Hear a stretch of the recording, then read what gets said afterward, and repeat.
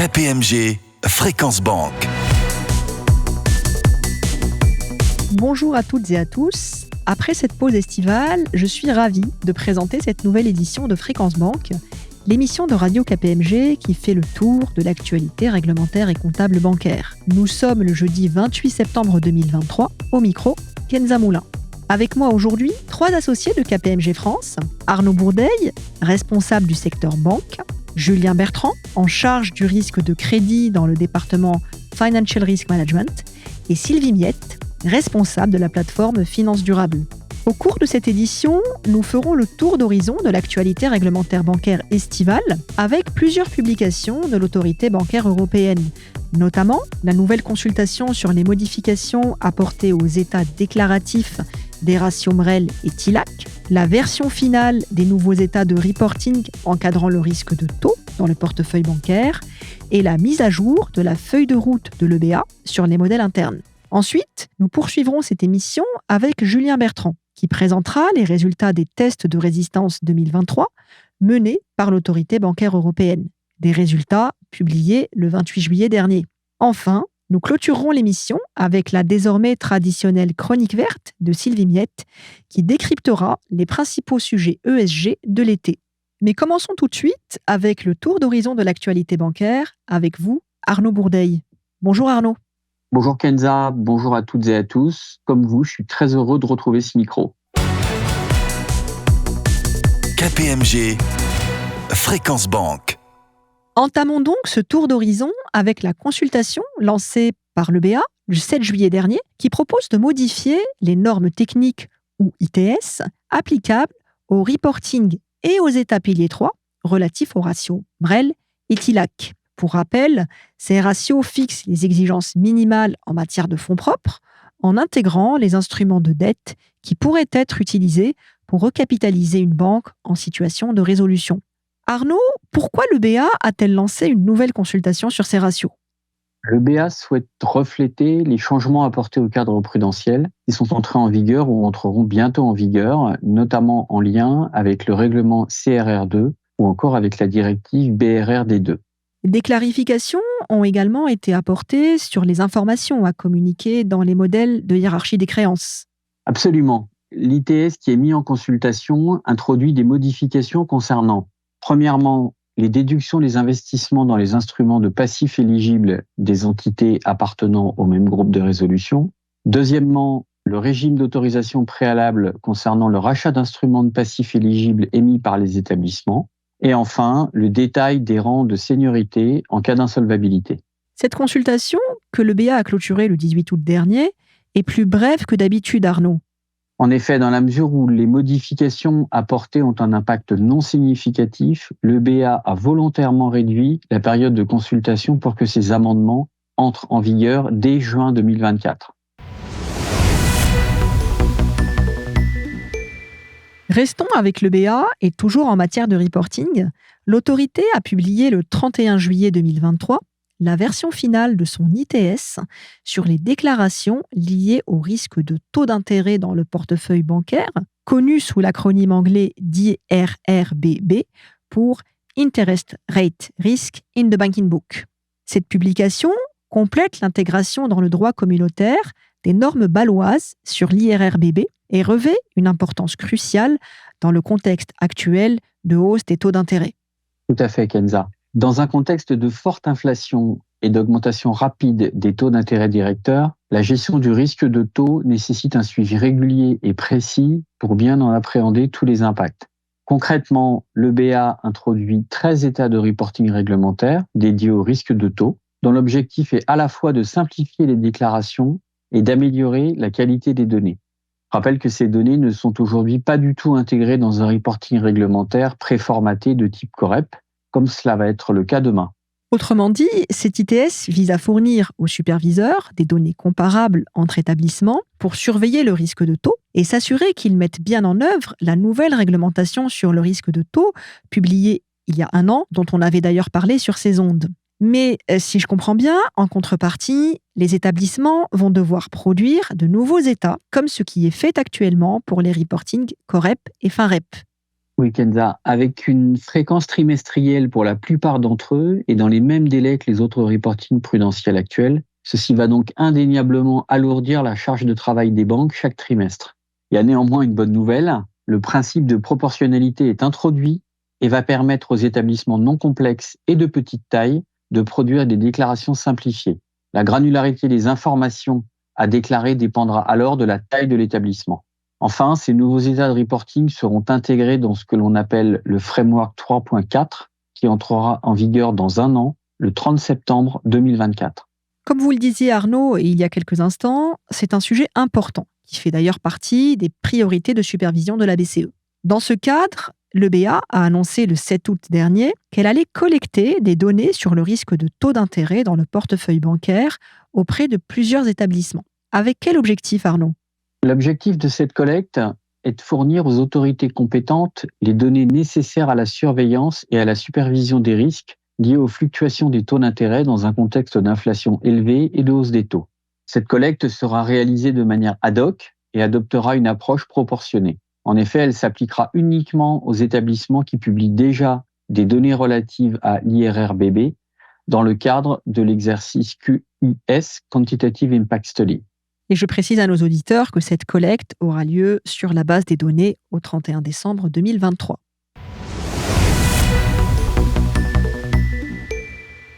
Passons maintenant à une autre actualité en matière de modèle interne. L'EBA a publié le 7 août 2023 sa feuille de route pour la mise en œuvre des exigences relatives aux modèles de notation interne, les modèles IRB, ainsi que son guide de validation des systèmes de notation interne.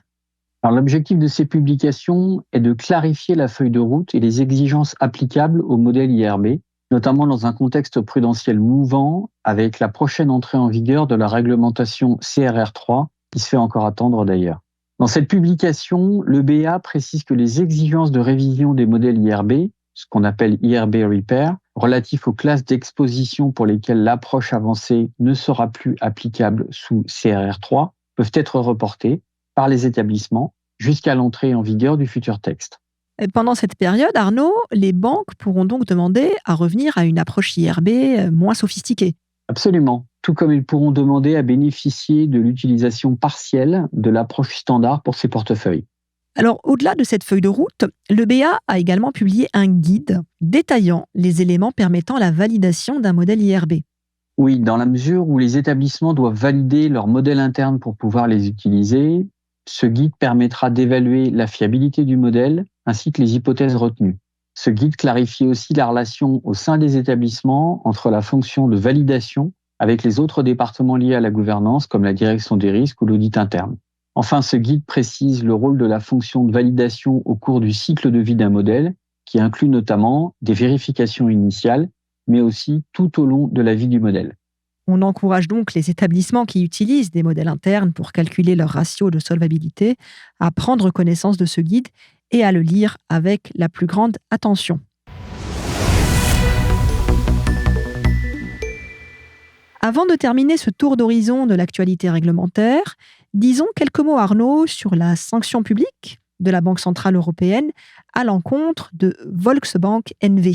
Cette sanction a été infligée en raison d'une déclaration erronée de ses besoins en fonds propres au titre du risque de crédit, 3 mois seulement après une sanction prononcée à l'encontre de Goldman Sachs Europe pour la même raison. En effet, Kenza, le 29 août dernier, la BCE a annoncé publiquement avoir infligé une sanction pécuniaire administrative d'un montant de près de 4,5 millions d'euros à Volksbank N.V. après que la banque ait déclaré des ratios de fonds propres supérieurs à ce qu'ils auraient dû être pendant 29 trimestres consécutifs entre 2014 et 2021. Comme pour Goldman Sachs en mai dernier, qui avait payé une amende de 6,6 millions d'euros pour les mêmes raisons, la BCE veut ici sanctionner les déficiences de contrôle interne qui ont empêché la banque de détecter les erreurs dans le calcul de son risque de crédit avant de soumettre ses reportings. Ces ratios de fonds propres, calculés de manière erronée, ont donc biaisé l'appréciation de la BCE du profil de risque de la banque. Oui, en effet. Et il est bon d'ajouter que pour déterminer le montant d'une sanction pécuniaire infligée à une banque, la BCE applique son guide public relatif à la méthode de détermination des sanctions pécuniaires administratives. Parmi les catégories de gravité, mineure, modérément grave, grave, très grave et extrêmement grave, La BCE a classé le manquement de Volksbank NV comme étant grave. Ce qui montre bien l'importance des contrôles à mettre en place sur les ratios de fonds propres, qui sont des indicateurs clés de la solidité d'une banque et de sa capacité à absorber les pertes. Ce tour d'horizon de l'actualité réglementaire bancaire est terminé. Retrouvons maintenant Julien Bertrand pour l'interview.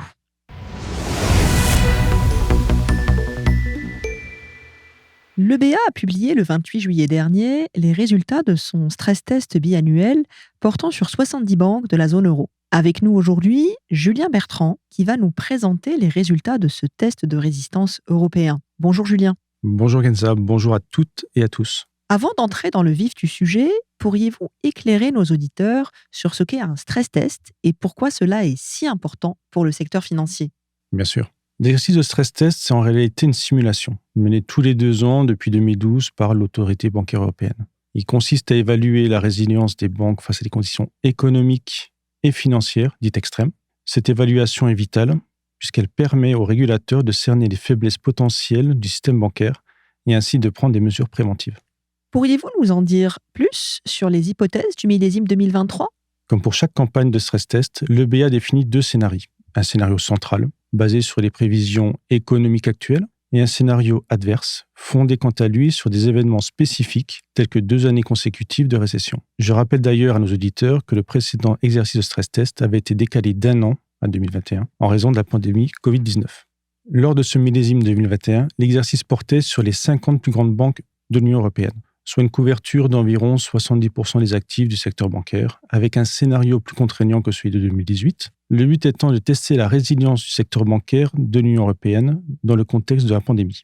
Il est aussi important de mentionner qu'en 2021, les stress tests simulaient à la fois une baisse du PIB de l'Union européenne de 3,6% entre 2020 et 2023, une hausse du niveau de chômage de plus 4,7% et aussi une chute des prix de l'immobilier. Malgré ces conditions difficiles, les résultats avaient montré en 2021 une robustesse du secteur bancaire européen et notamment en France.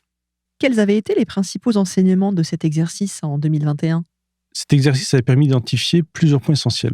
Tout d'abord, l'aspect organisationnel. Comme en 2018, l'organisation interne est en effet cruciale. Les banques ayant le mieux réussi cet exercice ont généralement maintenu une structure organisationnelle centralisée avec des responsables spécifiques pour chaque type de risque.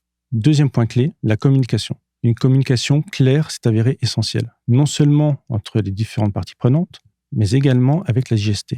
Et enfin, troisième point important à mentionner, la gestion de la donnée. En effet, la qualité de la donnée est devenue une priorité majeure. L'accent a été mis sur l'alignement des données Corep-Finarep, par exemple. Et plusieurs banques ont intégré des outils supplémentaires de contrôle qualité de données pour s'assurer de la conformité. Donc, gouvernance, communication et qualité de la donnée sont des éléments clés. Après ce bref retour d'expérience, comment les choses se présentent pour cet exercice 2023 ? En quoi l'exercice 2023 diffère-t-il de celui de 2021 ? Tout d'abord, l'exercice 2023 s'applique à un échantillon bien plus large. Environ 70 grandes banques, donc 57 issues de la zone euro. On note que cette année, 7 banques françaises ont participé à l'exercice. L'ensemble de l'échantillon représente environ 75% du total des actifs bancaires de l'Union européenne. C'est une augmentation significative par rapport à 2021, où seulement 50 banques étaient concernées. Ensuite, en termes de scénario, l'exercice 2023 va au-delà des simples modélisations économiques. Il intègre des facteurs géopolitiques, comme le conflit en Ukraine, qui pourraient par exemple entraîner des interruptions dans les approvisionnements de gaz vers l'Europe. Enfin, l'exercice prend en compte d'autres hypothèses, comme une forte hausse des prix des matières premières et une nouvelle vague de Covid. Toutes ces hypothèses augmentent considérablement la complexité des défis à relever par les banques. Maintenant que les hypothèses sont posées et que l'on voit en quoi elles diffèrent de la campagne 2021, est-ce qu'il y a également des changements dans la méthodologie 2023 par rapport à l'exercice précédent ? Oui, la méthodologie pour l'exercice 2023 a subi d'importantes améliorations par rapport à 2021. Je l'évoquais il y a un instant, la couverture de l'échantillon a été élargie. En effet, 20 banques supplémentaires ont été intégrées, augmentant la couverture des actifs du secteur bancaire. Dans le cadre de l'élargissement des banques soumises au stress test, le BA a souhaité introduire des principes de proportionnalité, permettant une approche simplifiée pour les banques plus petites, ce qui réduit leurs exigences en matière de reporting. L'une des principales modifications concerne les projections du FNCI. Ce sont les revenus nets des commissions et frais. Ces projections, contrairement aux tests précédents, ont été réalisées sur un modèle centralisé top-down, qui est ensuite adapté pour tenir compte des spécificités de la banque. Ce changement méthodologique vise à réduire les coûts pour les banques et les autorités de surveillance, et aussi à gagner en cohérence et en comparabilité des projections. De plus, le taux de référence sur les dépôts à vue des ménages et des entreprises non financières a été rehaussé pour mieux correspondre à la réalité du marché.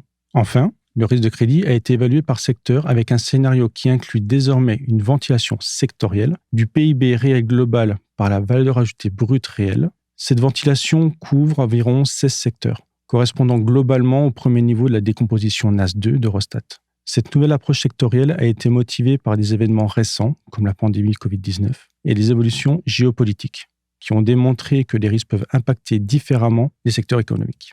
On le voit, ces améliorations dans la méthodologie 2023 visent à rendre l'exercice de stress test plus précis, plus réaliste et plus adapté aux défis actuels du secteur bancaire. Venons-en maintenant aux résultats de cet exercice 2023. Alors, cet exercice est globalement positif pour les banques européennes. Voici les principaux constats qu'on va pouvoir retenir. Tout d'abord, les banques européennes ont renforcé leur position en capital et leur qualité d'actifs depuis la crise financière 2007-2008, ce qui a démontré la résilience du secteur. Ainsi, à la fin de 2022, le ratio moyen pondéré CET1 est resté stable à 15,18% par rapport à l'exercice précédent. Les 3 pays avec un ratio CET1 moyen le plus bas à fin 2022 sont l'Espagne, la Grèce et l'Autriche, tandis que la Suède, la Norvège et le Danemark affichent des ratios beaucoup plus élevés. Deuxième constat, les banques se sont mieux préparées. Ceci s'est traduit à la fois par une consommation globale du CET1 sous le scénario adverse plus faible et des bénéfices plus élevés en 2023. La qualité des actifs s'est améliorée et des provisions supplémentaires ont été constituées face à l'incertitude macroéconomique et géopolitique. Autre constat, le risque de crédit reste malgré tout le sujet central. Même si leur impact est plus faible qu'auparavant, les pertes liées au risque de crédit restent le principal facteur de stress pendant les 3 années de simulation. Les choses vont donc dans le bon sens. Est-ce que vous souhaiteriez attirer l'attention de nos auditeurs sur d'autres éléments ? Il est important aussi d'indiquer l'amélioration de l'impact sur le revenu net d'intérêt. En effet, malgré une augmentation des taux d'intérêt, la contribution au capital est plus faible que prévu. Mais le revenu net d'intérêt s'est amélioré, surtout grâce aux prêts octroyés. On constate également une augmentation du risque de marché causée notamment par la hausse des taux et les spreads de crédit. Enfin, on note une baisse des pertes opérationnelles et des revenus liés aux frais et commissions. En résumé, les banques ont commencé cet exercice 2023 avec des fondamentaux plus solides, affichant des gains substantiels en bénéfices et en qualité d'actifs. Autre question, Julien, est-ce que le changement de normes comptables d'IFRS 4 à IFRS 17 est reflété dans les résultats ? Alors non, les banques ont réalisé leurs projections avec IFRS 4, applicable au 31/12/2022. Cependant, pour assurer une transparence suffisante, les banques ont été invitées à publier le ratio de capital CET1 au 1er janvier 2023 sous IFRS 17. Ces informations sont soumises en annexe dans le rapport pilier 3 des banques. En clair, les stress tests 2023 ne tiennent pas compte d'IFRS 17. Il faudra attendre les prochains stress tests en 2025. Autre sujet important, les risques liés au changement climatique ont-ils été pris en compte dans l'exercice 2023 ? Non, du tout. Le risque climatique n'est pas explicitement pris en compte dans les scénarios de stress test à l'échelle de l'UE pour 2023. Cependant, l'EBA élabore un autre projet axé sur le scénario de risque climatique unique, appelé Fit for 55, qui sera réalisé avec d'autres autorités de surveillance européennes, en l'occurrence la Banque centrale européenne et le Conseil du risque systémique, et ce contrairement au stress test bancaire traditionnel. L'objectif principal du scénario Fit for 55 consiste à évaluer la résilience du secteur financier soumis à un stress test climatique, tout en maintenant sa capacité à soutenir la transition vers une économie à faible émission de carbone. L'exercice sera lancé d'ici fin 2023 avec des résultats escomptés début 2025. Donc, de nouveaux défis attendent les banques et bien entendu, les équipes FRM de KPMG, qui accompagnent déjà de nombreuses banques, restent engagées et disponibles. Cet entretien touche presque à sa fin. Que peut-on dire pour conclure, Julien Bertrand ? De tout temps, les banques ont été confrontées à de nouveaux défis, qu'ils soient réglementaires, opérationnels, économiques, structurels. Aujourd'hui, l'urgence climatique met le risque environnemental en haut de la liste. Quoi qu'il en soit, grâce à nos expériences, nous modélisons et évaluons ce risque climatique comme les autres risques. Je pense notamment au risque de crédit, au risque de marché, au risque de taux. Bien évidemment, nous allons adapter notre méthodologie pour modéliser ces risques climatiques grâce à notre expérience sur ces sujets. L'équipe FRM s'investit de manière permanente pour accompagner les banques à relever ces défis. Un grand merci Julien pour cet éclairage précieux. C'était un plaisir de vous avoir aujourd'hui parmi nous. Merci à vous, un plaisir partagé. Poursuivons cette émission avec la chronique de Sylvie Miette dédiée au sujet ESG. Bonjour Sylvie. Bonjour Kenza, bonjour à toutes et à tous. Aujourd'hui, ma chronique verte porte sur les résultats du deuxième stress test climatique d'ampleur réalisé par la Banque centrale européenne, publié le 6 septembre. Je rappelle que ce deuxième stress test climatique fait suite à celui publié il y a 2 ans, en septembre 2021. Le stress test réalisé cette année sur la base des données du 31 décembre 2022 évalue la résilience des entreprises, des ménages et des banques selon 3 scénarios de transition qui diffèrent à la fois en termes de calendrier et d'objectifs.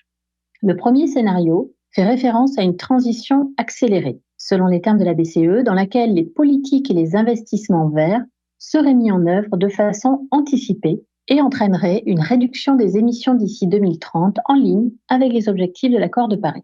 Dans le deuxième scénario, un effort tardif de transition, toujours selon les propres termes de la Banque centrale européenne, poursuivrait la trajectoire actuelle mais n'accélérerait pas avant 2026, tout en restant suffisamment intensif pour atteindre les réductions d'émissions alignées sur l'accord de Paris d'ici 2030. Enfin, selon le troisième scénario, une transition retardée ne débuterait qu'en 2026, mais ne serait pas suffisamment ambitieuse pour atteindre les objectifs de l'accord de Paris d'ici 2030.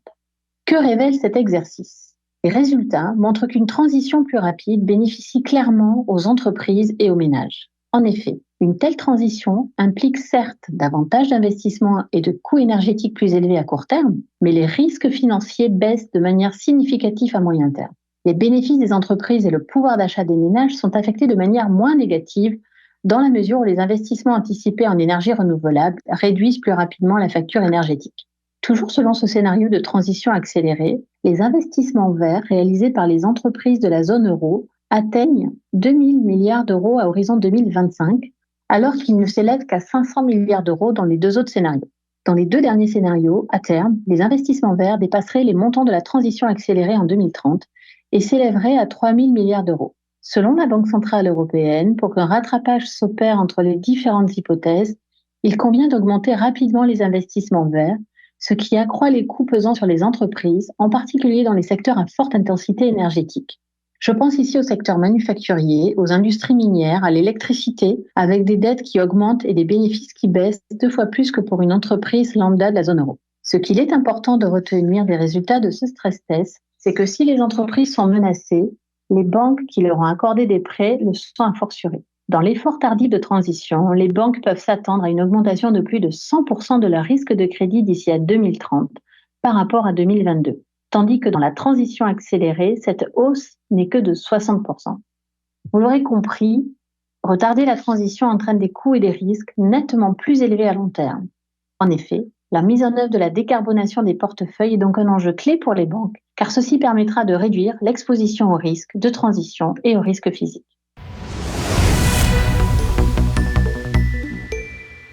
Avant de terminer cette émission, sachez que KPMG organise à la Salle Gaveau, le 30 novembre prochain, sa conférence annuelle Arrêter des comptes, banques et assurances. En présence de nos experts, d'institutionnels et d'invités, cette conférence abordera l'actualité financière, réglementaire et ESG de l'année. En clair, une journée indispensable pour préparer sereinement la clôture 2023 en matière comptable et de durabilité. Nous vous attendons nombreux. Pour vous inscrire à cette conférence, rendez-vous sur notre page kpmg.fr. Enfin, clôturons cette émission avec quelques conseils de lecture qui sont parus cet été. Notre étude sur la performance des grands groupes bancaires français au 30 juin 2023 et notre numéro ActuBank du mois de juillet.